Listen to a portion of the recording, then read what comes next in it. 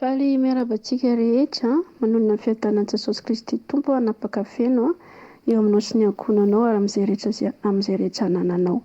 Eny havana malala amin'ny Tompo tonga indray ny fotoana izay hifanaovantsika hianoana ny tenin'Andriamanitra amin'izao fotoana izao dia hampanetsetana tanteraka no hitondrako an'izany teny izany. Manaiky ho fitaovana indray androany fahasoavana lehibe ho azy, izany hoe notendraina hitondra ny tenin'i Jesosy izany ho amintsika tsirairay avy. Kely sy bitika aho amin'ny mpanompon'Andriamanitra rehetra dia kely sy bitika, fa manaiky kosa nefa satria notendrena dia ankafaliana no anasako anao indray hoe manana faharetana kely hiainao izao tenin'Andriamanitra izao, fa fohy dia fohy ihany ny tenin'Andriamanitra nefa misy ho ambara ny Tompo amintsika matoa izy mampitondra teny ho an'ny mpanompony. Ka dia indao ary tsika hivavaka hametsaka an'izany am-pelantanan'i Jesosy indray, dia hivavaka tsika amin'ny anaran'i Jesosy.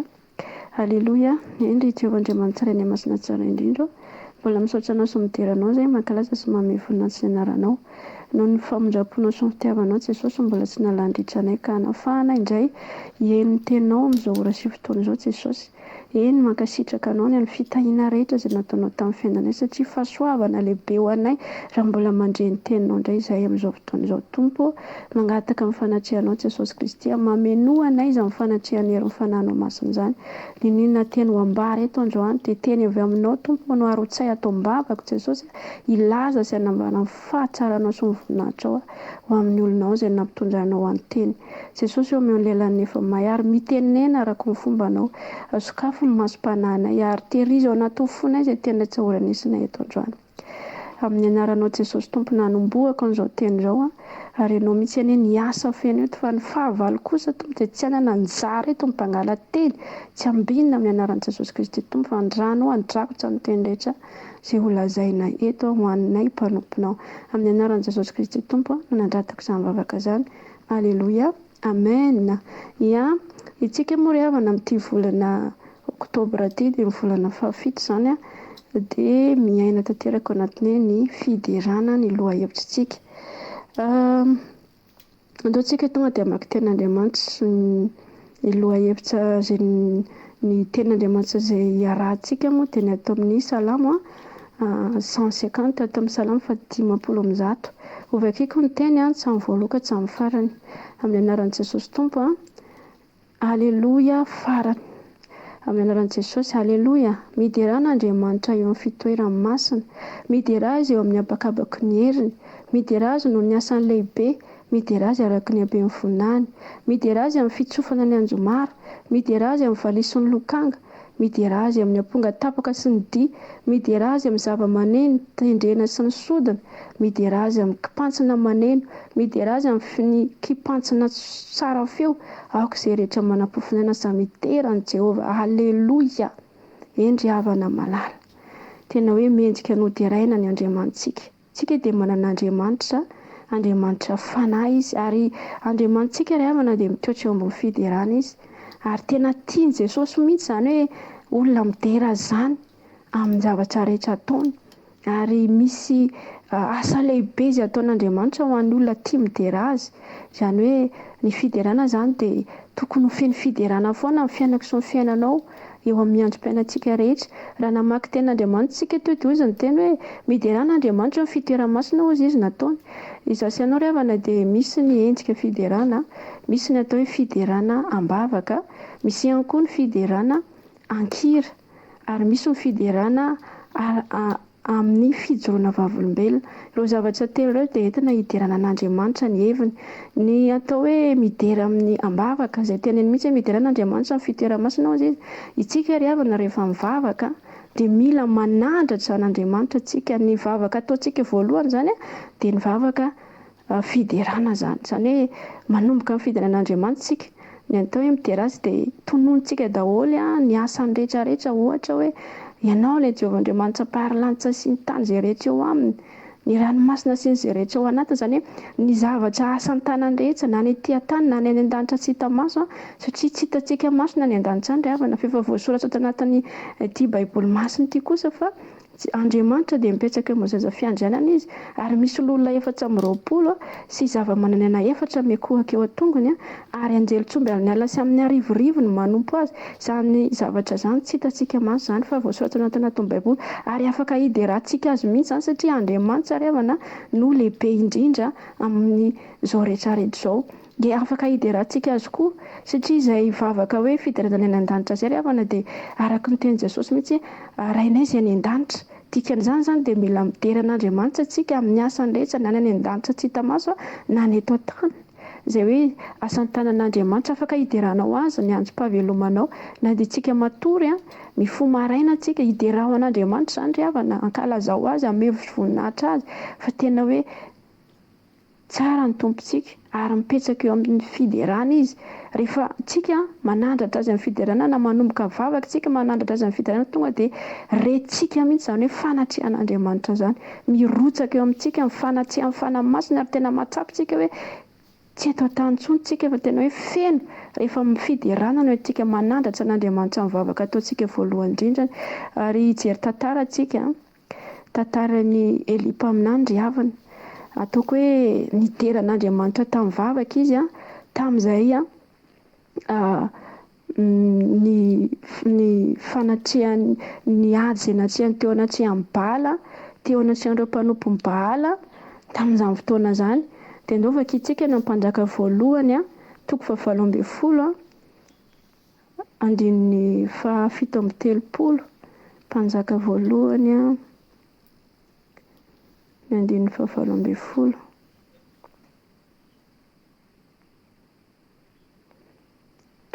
toko 7:30 ny andininy 7:30 no vakitsika.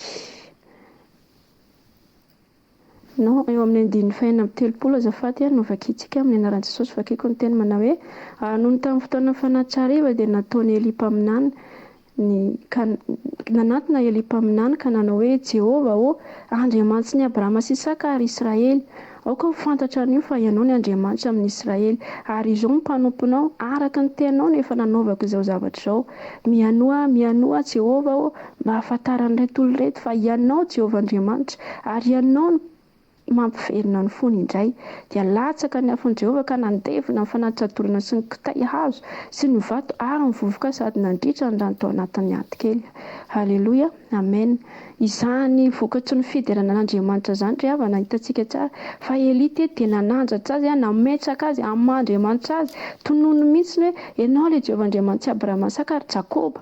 Ary izany koa dia mila tonontsika eo am-bavantsika satria ho fanamaritana hoe iza ilay Andriamanitra izay tomponao, dia mila hamarinanao mihitsy amin'ny fiderana ilay izy hoe ianao ilay Andriamanitra Abrahama, Isaka ary Jakoba, ianao ilay mpaharilanitra sy ny tany, ianao ny namorona an'izao rehetra izao, ary tonony koa hiderao azy ihany koa famonjena izay nataony taminao. Hoe taiza ianao fahiny tany amin'izao tontolo izao, tanatin'ny aizina zasy ianao no nesorony ary nataony tonga anatin'ny mazava. Izany rehetra izany dia afaka hiderahantsika an'Andriamanitra isan'andro amin'ny fotoana rehetra, dia mila fiderana an'Andriamanitra tsika amin'ny alalan'ny vavaka ry havana. Ary hitantsika efa tahaka ny nanaitsehany any Eli teto fa hitantsika tsara ny zavatra nataon'ireo mpanompo ny Baala ireo fa niantso ny Andriamanina izy, niderana, nitsinjatsinjaka izy, fa tsy namaly azy ny Andriamanina satria manino, tsy ilay Andriamanitra izay tena pary an'izao rehetra izao no Andriamanitra natsotsony teo, fa Andriamanitra tsy izy, Andriamanitra hahakely izany, Andriamanitra izao tontolo izao. Fa ilay Andriamanitsika dia ilay Jehova Andriamanitra iray, zanaka fanamasina no Andriamanitra tompontsika, ary tonoiny mihitsy izy amin'ny asany tanany rehetra hoe iza ilay Andriamanitra tompontsika, dia raha ho amin'izany izy, satria izay no holazaina eto amin'ny Salamo 50 izay. Ary hitantsika tsara ny fandresena izay azony Eli, fa tena hoe nandresy izy ary nandresy an'ireo mpanompo ny Baala 500 lahy niady amin'ny Eli rery, noho ny fananjatany sy fahalalany fa Andriamanitra velona ny Andriamanitra izay tompony, ary nasandrany teo anatrehany fahavalo mihitsy, izany hoe Andriamanitra izany niderainy mihitsy ny Andriamanitra hoe iza ny Jehova Andriamanitra izay tokony ho tompoana, dia niderainy Eli teo anatrehan'ireo fahavalo. Izany rehetratsika fa nankasitrahana Andriamanitra izy dia nirotsaka tamin'ny fananitra izay nataony ny fankasitrahana, dia rotsaka ny afo avy any an-danitra tahaka an'izany mihitsy zasy ianao. Tsika rehetra zany rehefa mivavaka dia tokony ho feno fanatrehana foana. Tsy hoe vao mivavaka zasy ianao dia tonga dia ny sakafo hohanina no angatahana, fa ny fidirana sy fananjatana azy aloha voalohany indrindra. Avy eo tsika mandeha amin'ny fisaorana sy ny manaraka rehetra any. Fa dia ho hitantsika fa tahaka ny fanatrehan'i Jehovah Andriamanitra ny Elia teto no hanatrehan'i Jesosy sy anao ihany koa amin'izay fotoana izay. Ary zasy ianao tokony hatsapa an'izany foana isan'andro tsika rehefa mivavaka tokony hatsapa foana an'izany hoe fanatrehan'Andriamanitra zany eo amin'izay vavaka izay ataontsika izay. Dia hiverina indray tsika ato amin'ny Salamo 110 izay ny hoe ny vavaka koa eo ihany koa ny vavaka ilay voatontsika teo dia eo ihany koa ny fiderana fanandratana an'Andriamanitra amin'ny alalan'ny hira ry havana, amin'ny alalan'ny hira fiderana dia anandratantsika an'Andriamanitra zany. Afaka mitsindraka tsika, afaka mandihy tsika. Misy mantsy ny olona ry havana tsy mety mandihy izy rehefa mideran'i Jesosy fa hoe ohatrany any amin'izao tontolo izao ihany hono raha ohatra ka hoe mandihy ny midera. Tena hoe azo atao tsara mihitsy ny midera an'Andriamanitra amin'ny alalan'ny dihy, amin'ny alalan'ny amponga tapaka, amin'ny alalan'ny sodina, amin'ny alalan'ny mozika. Izany hoe zavatra rehetrarehetra eto ambonin'ny tany ireny zany dia afaka hiderantsika an'Andriamanitra ireny satria izy moa mamety olo-tsainantsika, fa Jesosy ny mamety olo-tsainan'olona namboatra an'ilay zavatra maneno ireny. Saingy noho ny fahafihetsehan'ny devoly ilay fahavalo izay mpanaotra ny sitrapon'Andriamanitra dia maninona alainy olona hitsinjaka ho azy, alainy olona handihy ho azy. Kanefa ireny fidirana sy ny fitsinjana ireny dia tokony ho an'Andriamanitra tokana irery ihany. Dia lasa matahotra ny olona rehefa tonga anatin'izay fidirana an'Andriamanitra hoe tokony tsisy intsony ny mandihindihy. Fa ohatrany any amin'izao tontolo izao raha mandihy dia mangina be mihitsy ao anatin'ilay fiangonana rehefa tonga fivoriam-bavaka. Nefa tena sitrapon'Andriamanitra mihitsy izany hoe mandihy izany. Hitantsika angamba tantaran'i Davida izay tsy ho vakiako. Fa rehefa nandresy ny fahavalony izy dia nitsinjaka izy, nandihy izy, nanalak'andro mihitsy izy. Ohatrany hoe tena hoe tsy hita mihitsy ny mampanjaka azy fa ny ao am-pony indray ny hiderany sy nandihizany ho an'Andriamanitra. Dia hitantsika fa navady ny Mikaala aza dia naneso azy, niteny azy mihitsy hoe ohatran'ny adala ny mpanjaka mandihindihy. Nefa tena hoe ny amin'ny fony rehetra mihitsy no nidiran'ny Andriamanitra satria fantany fa tsy ny heriny sy ny tandrany nampandresy azy fa ny Andriamanitra izay nampandresy azy no nisaorany dia nisaorany tamin'ny dihy sy ny amponga tapaka. Ary Davida ry havana dia tena hoe mpanompon'Andriamanitra nanandratra an'izany fiderana izany mihitsy izy. Raha hitantsika ny salamo rehetra ny Davida izay nisoratany dia fiderana an'Andriamanitra tena betsaka ato. Ary hitantsika fa izany fiderana nananan'i Davida izany dia nampandresy azy foana Andriamanitra teo amin'ny fiainana, nampandresy azy foana Jesosy teo amin'izay rehetra nataony. Ninona na ny fahavalony tonga ny akoaka teo anatrehany noho izy izay hoe tia midera an'Andriamanitra izay tamin'ny androm-piainany rehetrarehetra. Dia indraindray tsika hijery tantara izay anamarika izay hoe ny herin'izany fiderana ankira izany izay hojerentsika ato amin'ny asan'ny apôstôly toko 220 andininy 520 sy ny manaraka no vakiantsika indray amin'izao fotoana asan'ny apôstôly toko 220 andininy 520 sy ny manaraka. Amin'ny anaran'i Jesosy ny amakeko ny teny asan'ny apôstôly toko 220 andininy 520. Noho ny namatina alina dia nivavaka sy nihira fiderana an'Andriamanitra Paoly sy Silasy ary ny haino azy mpifatrika ary nisororo tamin'ny mafy dia mafy avy tampoka ka niozongozona ny fandrena ny tranomaizina dia nivoha niaraka tamin'izay ny varavarana rehetra ary ny vavy koa fatoran'izy rehetra. Alleloia, amen. Izany ry havana no hery ny fiderana ankira.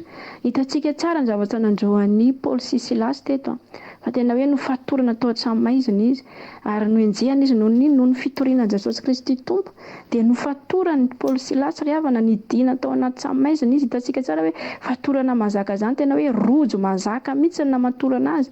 Ireny hoe bloc ireny asiana, tsy haiko tsika efa nahita an'ireny amin'ny film ireny hoe fatorana ny hidina amin'ny hazo misy hazo be dia alefa ao anatin'iny hazo ohatran'ny misy lavaka izay dia bloquenao ny tanan'ilay olona mba tsy hafametsika. Dia ohatran'izany zavatra nandreo amin'ny Paoly Silasy teto fa maninona mamatina alina zany ny alina alim-bavaka zany nataony ny alim-bavaka ilay amin'ny 12 alina iny zany izy mirahalahy no nanomboka nira fiderana ny vavaka sy nira fiderana ozy izy nataony dia nanandratra an'Andriamanitra izy ireo ary hitantsika niozongozona mihitsy ny trano izay nisy amin'ny nefa izy mirahalahy rery no nidera tamin'izany dia hitantsika tsara ny fanatsehan'Andriamanitra tahaka nanatsehany any Elita ary amin'ilay novakitsika teo fa niozongozona ny trano niozongozona mihitsy ny tao anatin'ilay trano nisy azy ireo hitantsika fa mivamy fatorana ary tsy azy mirahalahy rery no mivamy fa many rehetra izay tao niaraka taminy ny vavy koa ny fatorana rehetrarehetra.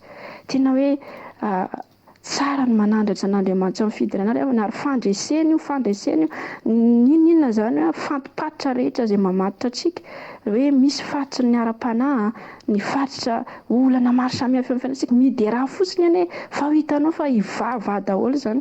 Za manokana ravana misy fotoana tena hoe misy zavatra nandro ato amin'ny fiainako alahelo ny tena hoe torotoro mifoko malahelo misy zavatra mavesatra tanaty tany fa nanomboka nira fiderana za fa tena hoe tsampako hoe niala tsikelikely tao anatiko le alahelo niala tsikelikely tao anatiko le olo tsy tadidiko tsony le olana aveo ary eo ihany koa ny hoe ny fiderana dia mitondra fanasitranana raha marary ianao dia mihira fiderana ianao dia mitsindraka mandiha fa vita ny fiderana sy ny dia tsy hitanao tsony anakaiza le aretina teo. Misy ary tena hoe malemy izy dia mihira fiderana tonga dia tsangana izy tsy tadidina izy hoe malemy izy teo fa nambekitany tanana ary dia latsaka amin'ny tany dia lasa tena hoe nidery izy dia avy izy gaga be vita ny fiderana hoe way faiza le bekihako teo toa tsy mitondra beky intsony satria nanina sitrana tao anatin'ilay fiderana izy. Fiderana ry havana dia manasitrana ny fiderana satria maninona Andriamanitra dia mitoetra amin'ny fiderana izy ary vetivety mihitsy izy dia midina mamaly antsika rehefa antsika midera azy amin'ny zavatra rehetra tsy hoe tosedra olana isika dia hikivy himonimonna fa manandrama midera fa ho hitanao fa ho azonao fandresena misy ny olana eo amin'ny fiainantsika toy ny aretina sy ny zavatra maro samihafa fa matipatorana ireny tsy misy ny atao hoe vavaka sy ny fivadikana manafaka eo ihany koa ny hoe fiderana ihany koa dia manafaka atsika ihany koa anatin'izany tsy voatery hivavaka be tsika vao sitrana fa vao mihira fiderana fotsiny tsika dia sitrana rehefa hoe le fiderana tian'Andriamanitra nasitranana atsika satria tsika rehetra ireo dia misy ny fiantsoana izay natao tamintsika misy ny olona amintsika ireo natsoina tamin'ny alalan'ny fiderana misy ny olona amintsika natsoina tamin'ny alalan'ny hoe toriteny dia ao anatin'izany rehetra izany dia misy koa amintsika natsoina tamin'ny alalan'ny fijoroana vavolombelona satria tian'Andriamanitra mihitsy ry havana zany hoe mijoro vavolombelona zany ninona nataony amin'ny fiainantsika dia ozy izy hoe aza misy adonona ny fitahiana rehetrarehetra izay nataony tompo tamin'ny fiainanao ry havana dia mijoro vavolombelona satria manina famonjena ho an'ny hafa koa iny ary rehefa tsika mazoto mijoro vavolombelona dia hiasa foana Jesosy eo amin'ny fiainantsika. Ny olona mazoto mijoro vavolombelona tena feno fahasoavana izy ary tena tsampanao mihitsy hoe miova foana amin'ny fiainana isaky ny izy mijoro vavolombelona dia misy zava-baovao indray dia tonga indray izy tsy ela koa izy dia tonga indray mitendry fijoroana vavolombelona fa ny olona mikamy mijoro vavolombelona ry havana dia tsy mahita ny voninahitr'Andriamanitra mihitsy tsy mahita ny voninahitr'Andriamanitra ny olona kamy mijoro vavolombelona satria manina nanao zavatra taminao Jesosy nefa ny anao kamy ilazana izay fahatsarany izay nefa tena tiany Jesosy dia ny fiderana azy ny devolo no manohatra an'io tsy tiany devolo izany mihitsy tsika hoe hijoro vavolombelona ho an'i Jesosy zany tena tsy tiany izany ka izay mila toherintsika ilay izy fa itsika dia zanak'Andriamanitra ataontsika ho velona tsika hidera azy velona tsika hanandratra azy velona tsika hame voninahitra azy ka mbola misy koa ny havelomantsika dia rao foana ny tompontsika lazao tantarao izay nataony rehetra tamin'ny fiainanao inona nataony Jesosy taminao tantarao izany ambarao amin'ny manodidina anao fa ozy ny teny sotramasana hoe tsy zasy anao vavolombelona hatsany am-paran'ny tany dia rao amin'ny asany Andriamanitra izay nataony teo amin'ny fiainanao fanasitranana ve ny azonao teneno amin'ny olona izany ambarao amin'ny manodidina anao izany aza fehimpenina mihitsy ninona zavatra nataony Jesosy anao ry havana dia mijoro vavolombelona tsika tsy hoe mamorona na fijoroana vavolombelona izay hitanao tany amin'ny hafa no hoentinao fa le zavatra nataony tompo taminao mihitsy no jioroy amin'ny manodidina anao taiza ianao taloha inona ny zavatra nataony tompo taminao hoe ahoana ny fiainanao tamin'ny anao mbola tsy nanompo dia ahoana ny fiainanao amin'izao lazao satria ireny zavatra izay ambarantsika ireny dia misy olona tahaka antsika teo aloha vao mandre an'izany izy fijona vavolombelona izay nataony tompo tamintsika dia ino izy dia hibebaka izy dia hitanao fa azo satry-boninahitra hitombo indray ny satry-boninahitra ao satria ny olona iray izay mitondra ny olona amin'ny famarinana dia mahazo satry-boninahitra avy amin'Andriamanitra izy. Ny olona izay mitoro ny famarinana ka mitondra mitarika ny olona amin'izany dia tonokitana mamiratra eny amin'ny lanitra izy eo anatrehan'Andriamanitra izay topoiny. Ka mahazo toa ary zasy ianao hoe midera an'Andriamanitra amin'ny alalan'ny vavaka, midera an'Andriamanitra amin'ny alalan'ny hira, midera an'Andriamanitra amin'ny alalan'ny fijoroana vavolombelona, fa tena tian'i Jesosy izany fijoroana vavolombelona izany. Vao mijoro vavolombelona tsika dia hanao zava-mahagaga indray izy ny ampitsony iny, manao zava-mahagaga foana izy eo amin'ny fiainantsika. Ninona zavatra sarotra iainantsika dia hitantsika tsara hoe raha misy sarotra eo amin'ny fiainantsika dia ho fijoroana vavolombelona ny antony anaovan'i Jesosy anio amin'ny fiainanao. Ny antony isiany io zavatra eo amin'ny fiainantsika io dia mba hijoroantsika vavolombelona indray, hanambarantsika hoe izao no nataon'i Jesosy ainahy.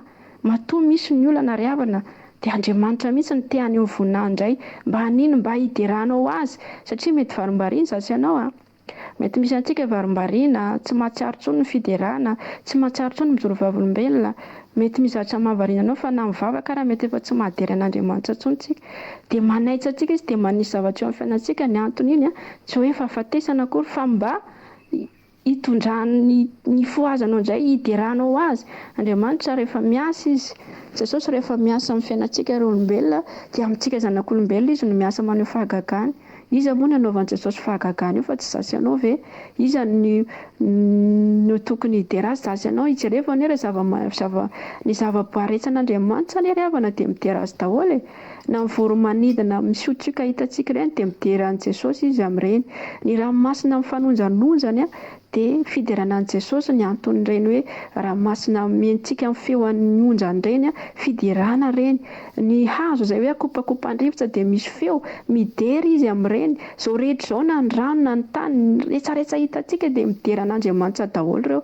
Andriamanitra no mandre fiderana ireo fa mazana isika asa tan'Andriamanitra dia zanak'olombelona ny tena hoe mafiatoka tsy mba malala midera azy, fa ny zavaboariny rehetrarehetra na madinika indrindra ary dia midera anazy avokoa ireny rehetrarehetra ireny. Ary mahafantatra an'i Jesosy daholo ireo zavaboary rehetra izay narindra eo, fa isika olombelona no mihodina indraindray ka anio matoa ny loha-hevitra tonga indray dia tena hoe tiany tombo zasy ianao hidera azy, hankalaza azy. Raha misy fijoroana vavolombelona izay mbola tsy nijoroanao, mijoroa ianao androany hoentiny izany hanomezam-boninahitra an'i Jesosy dia raha izy amin'ny asany rehetra. Rehefa mivavaka ianao dia derao izy, rehefa mira fiderana dia derao izy, mandiza mihitsy ho an'i Jesosy. Tsy le midera koa nefa ry havana tsy atao fahazarana hoe mivavaka dia fahazarana le izy na hoe koa hoe mira fiderana dia fahazarana, fa tena le ao anaty fonao mihitsiny, le ao am-ponao iny mihitsiny tena atao hoe hideran'i Jesosy amin'ny fonao rehetra ianao, amin'ny herinao rehetra ianao dia hitanao voninahitr'Andriamanitra fa tena hoe hirotsaka aminao eo. Ninona dia davinao amin'iny fiderana iny dia ho azonao ary ho tsampanao fa eo Jesosy amin'izay fotoana izay, tahaka ny nanasorany ampian'ny Paoly sy Silasy teo anatrehan'ny hoe famatorana izany no hanafahany antsika ihany koa amin'izay rehetra mety hoe manahirana antsika na hoe aretina io na olana io, ninona derao fotsiny Jesosy dia ho hitanao, derao amin'ny fonao rehetra izy dia ho hitanao ny voninahiny fa Jesosy dia mipetraka eo amin'ny fiderana izy ary vetivety mihitsy rehefa tsika manandratra azy amin'ny fiderana dia vetivety dia tonga amin'ny sasa-fiandrianana izany, ary vetivety koa dia tonga koa ny valim-bavaka rehefa olona mazoto midera an'Andriamanitra tsika amin'ny zavatra rehetra misy amin'ny fiainantsika. Ninona aza monimmonina fa derao Jesosy, derao amin'ny fonao rehetra izy dia ho hitanao fa hiasa mahery izy ary aneo izy fa izy no Andriamanitra izay tomponao. Rehefa derahinao foana izy ka manome voninahitra azy ianao. Aleloia. Voninahitra ho an'i Jesosy Kristy tompo irery ihany hatramin'izay ka ho mandrakizay, fa ny fiadanana kosany dia ho amintsika ary mifahazotoana ho fiderana azy na amin'ny alalan'ny vavaka na amin'ny alalan'ny hira, amin'ny alalan'ny dia, amin'ny alalan'ny fijoroana vavolombelona dia ho amiko sy ho aminao izany ka ho hita avokoa ny antsika rehetra izay mandeha an'izao teny izao ho vavolombelon'ny tompontsika na iza misy antsika. Amen. ataontsika hivavaka ny amin'ny tenin'Andriamanitra isaotry ny tompo ao ny amin'izay fotoana nomena izay. Aleloia, endry Jehovah-Andriamanitra tsara masina tsara indrindra, mbola misaotra anao izay amin'ny anaran'i Jesosy tompo noho ny teny izay noentina teto indray amin'ny tean'ity Jesosy izany teny izany anie tompo dia ho any am-pon'ny tsirairay avy ary tsy misy ny alamaina izay rehetra tonga teto tompo, ary ho fenoy ao anatiny ny etaeta-ponay mandrakariva iteranao amin'izay rehetra ataonay Jesosy. Ninona olana misy eo amin'ny fiainanay dia iteranao izay, ankalazanao ame voninahitranao le Andriamanitra avy indrindra, le mpahariny lanitra sy ny tany izay rehetra eo aminy, ary ny ranomasina sy ny lohana Jesosy rehetra ao anatiny, le Andriamanitra velona mandrakizay tsy misy Andriamanitra voaforona talohanao ary tsy misy Andriamanitra voaforona tafaranao, fenao le izy hatramin'izay ka mandrakizay anao rery any Jesosy ny tera aza saotra voninahitra hatramin'izay ho mandrakizay saotra tompony amin'ny teninao ary ampitoerana anaty fonay ny etaeta-po iteranao andro manalina amin'ny fiainana rehetra na maraina na atoandro na hariva na mamatinalina dia iteranao izay kalazanao satria lehibe ny asanao amin'ny fiainanay ary vavolombelonao izay rehetrarehetra nandrian'izao teny izao hatramin'izao ka ho mandra-piavana ny amin'ireo lanitra amin'ny anaran'i Jesosy Kristy tompo. Aleloia, amen. Mankasitraka antsika rehetra ary aza adino ny manao izay mampasitsika ny miambony ny pasitsika ato amin'ny YouTube fa izy zava-pavoafona orenesinao isan'andro dia tena hoe andray fahasoavana ianao avy amin'ny Jesosy Kristy tompo. Soava tsara ao amin'ny Kristy Jesosy daholo. Saotra tompoko.